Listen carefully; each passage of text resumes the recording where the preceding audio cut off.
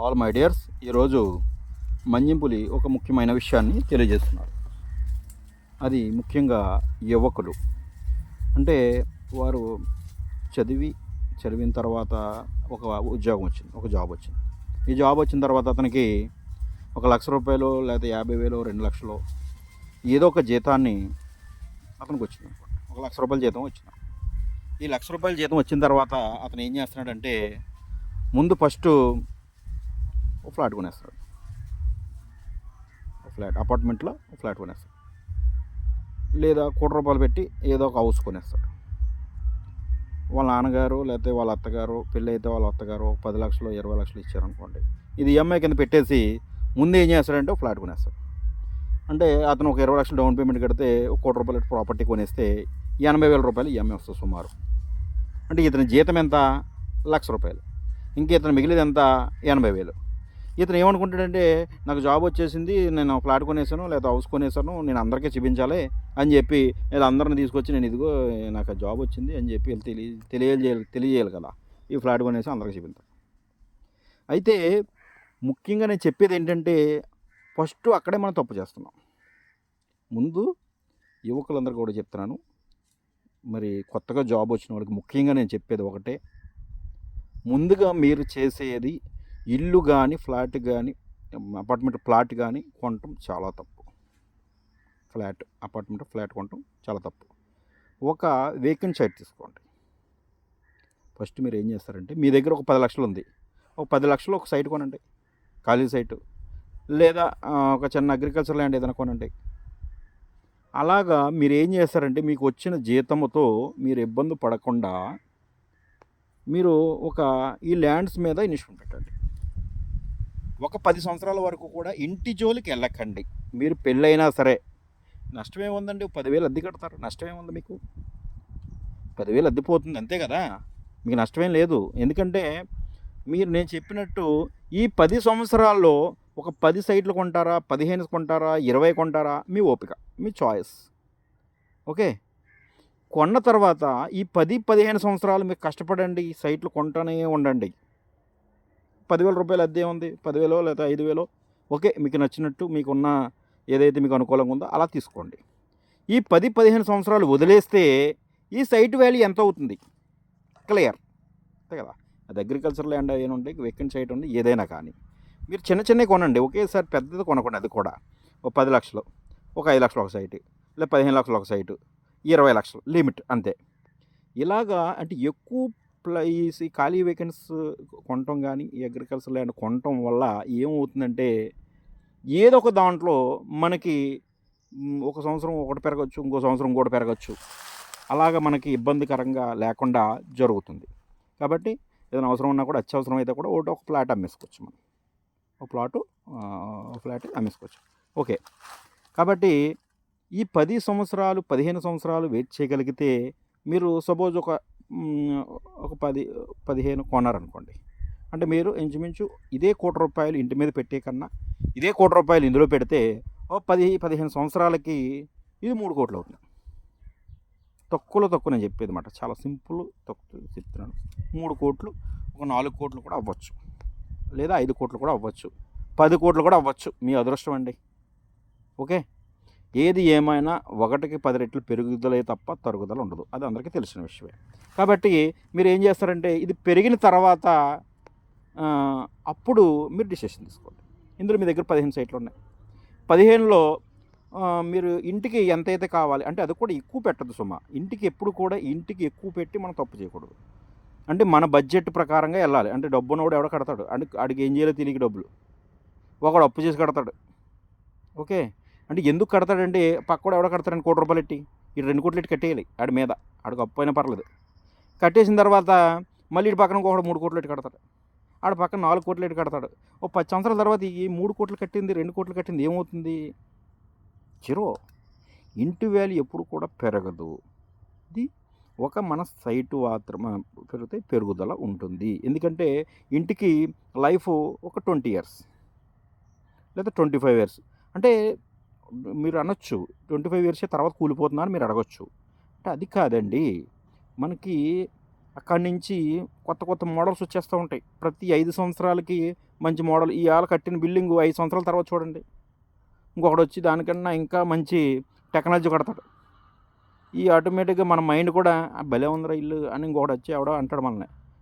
మీరు అప్పుడు కట్టారులే మీకన్నా మించి కట్టాడు ఇంకొకడు అంటాడు. ఇది ఆటోమేటిక్‌గా మారుతూ ఉంటుంది జనరల్‌గా. అది సహజం. అది ఎప్పుడు కట్టినా కానీ ఆడ పక్కన ఇంకొకడు అలా కట్టుకుంటానే వెళ్తాడు. మన బిల్డింగ్ పాతదయిపోతూ ఉంటది. కాబట్టి మనకి ఎంతలో కావాలో అంతవరకు మాత్రమే ఇంటికి ఉండటానికి ఇబ్బంది లేకుండా ప్లాన్ చేసుకోవాలి.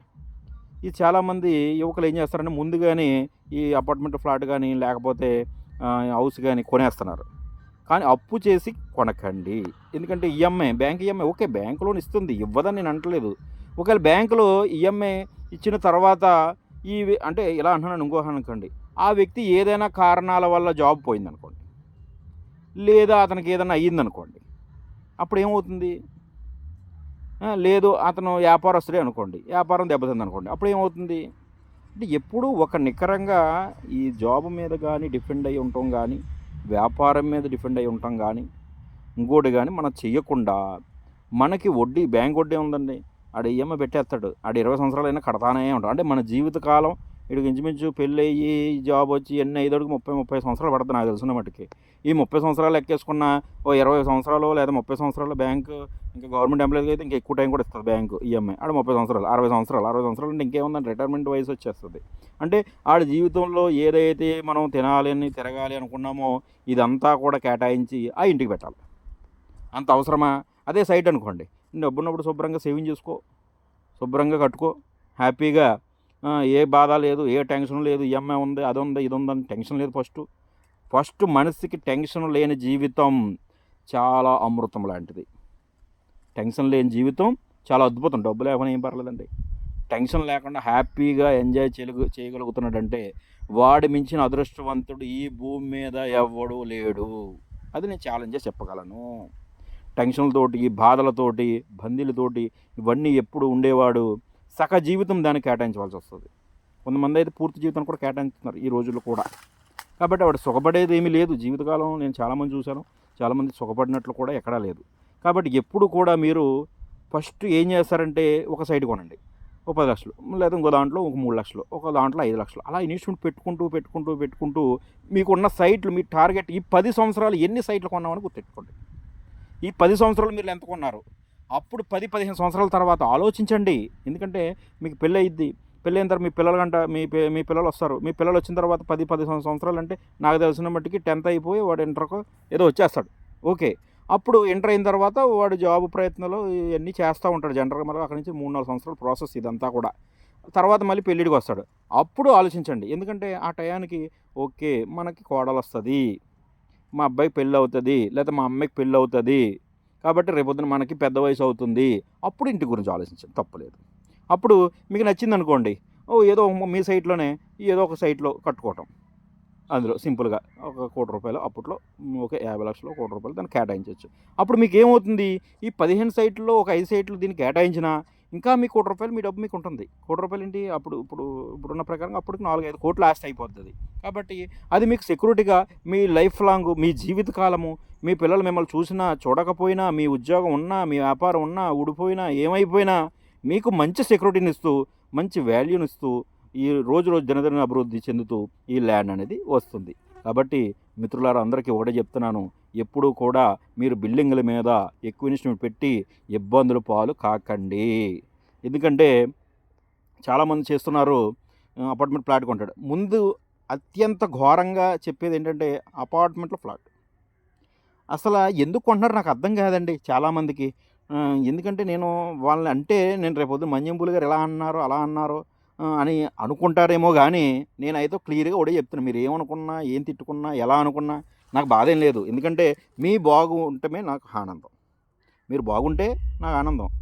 ఒక తండ్రి ఉంటాడండి, కొడుకుని తిడతాడు. ఎందుకు తిడతాడు? కొడుకు బాగుండటం కోసమే తిడతాడు, కావాలని తిట్టాడు. అలాగా మంచి అభిప్రాయంతో నేను ఒకటే చెప్తున్నాను, మీరు దయచేసి ఇండిపెండెంట్ హౌస్ మాత్రమే కొనండి, లేదా చిన్నదైనా కట్టుకోండి. అపార్ట్మెంట్ ఫ్లాట్ జోలికి ఎటువంటి పరిస్థితుల్లో ఎవరు కూడా 100కి 100% చెబుతున్నాను, ఎవరు కొనకండి. ఇది క్లియర్. కొన్నవారు ఉంటే ఎవరన్నా ఉంటే దాని త్వరగా ఎన్నో డబ్బులు వస్తే అమ్మేసుకుని మళ్ళీ ఇండిపెండెంట్ హౌస్లోకి వెళ్ళండి. ఇది క్లియర్. ఎందుకు అని అంటే దాని వాల్యూ తగ్గుతుంది. దాని వాల్యూ ఏమవుతుందంటే మీరు ఒక 50 లక్షలు పెట్టి ప్లాట్ కొన్నారండి, అపార్ట్మెంట్ ప్లాటు. అది ఒక 5 సంవత్సరాలకు ఏమవుద్ది? చాలామంది అనుకుంటాడు నాకు 70 లక్షలు అయిపోద్ది అనుకుంటాడు. ఎలా అయిపోద్ది సార్? ఎలా అయిపోద్ది? మీ ఉన్న రైట్స్ ఎన్ని గజాలు ఇస్తాడు మీకు? ఓ 20 గజాలు, ఒక 25 గజాలు లేదా 30 గజాలు ఇస్తాడు. ఏం చేద్దామని 30 గజాల్లో? 30 గజాల్లో ఏమైనా చేయడానికి అవకాశం ఉంటుందా? మిగతా ప్లాట్లు అన్నీ బాగున్నాయి అనుకోండి, వీడిది ఒకటే నేను మళ్ళీ కట్టుకోవాలంటే అవుతుందా? వేరే మోడల్ కట్టుకోవాలంటే అవుతుందా? ఆ 30 గజాలు అమ్ముకోవడం కుదురుతుందా? ఇవన్నీ పెద్ద తలకాయ నొప్పి కింద మారుతుంది అప్పటికి.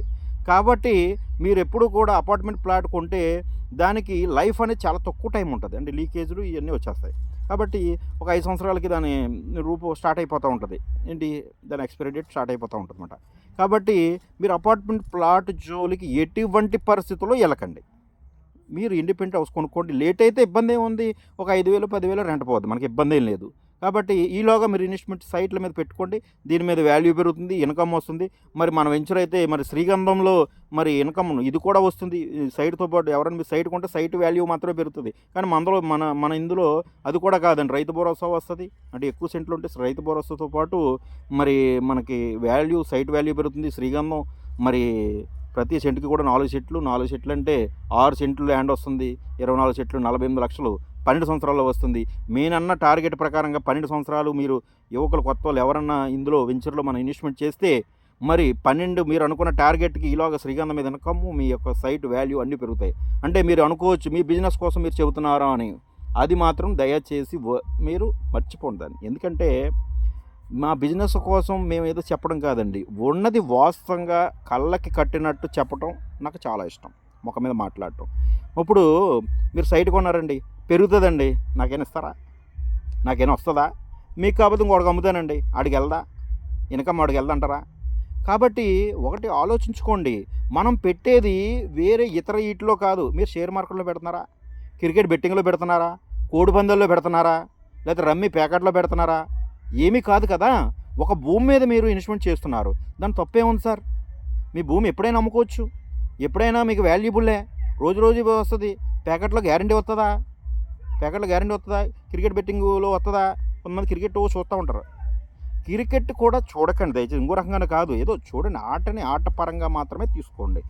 దాన్ని చూసేసి మీ పిల్లలు కూర్చోబెట్టి టీవీ పెట్టేసి లోపల తలుపులు వేసేసి ఆడి దగ్గర ఈ దగ్గర కేకలు వేసేసి ఇవన్నీ అవసరం లేదు. ఎందుకంటే రేపు పొద్దున్న అది వ్యసనంగా మారి ఎన్నో బెట్టింగ్లకు కారణం, ఎన్నో జీవితాలు నాశనం అయిపోతున్నాయి ఈ రోజుకి కూడా.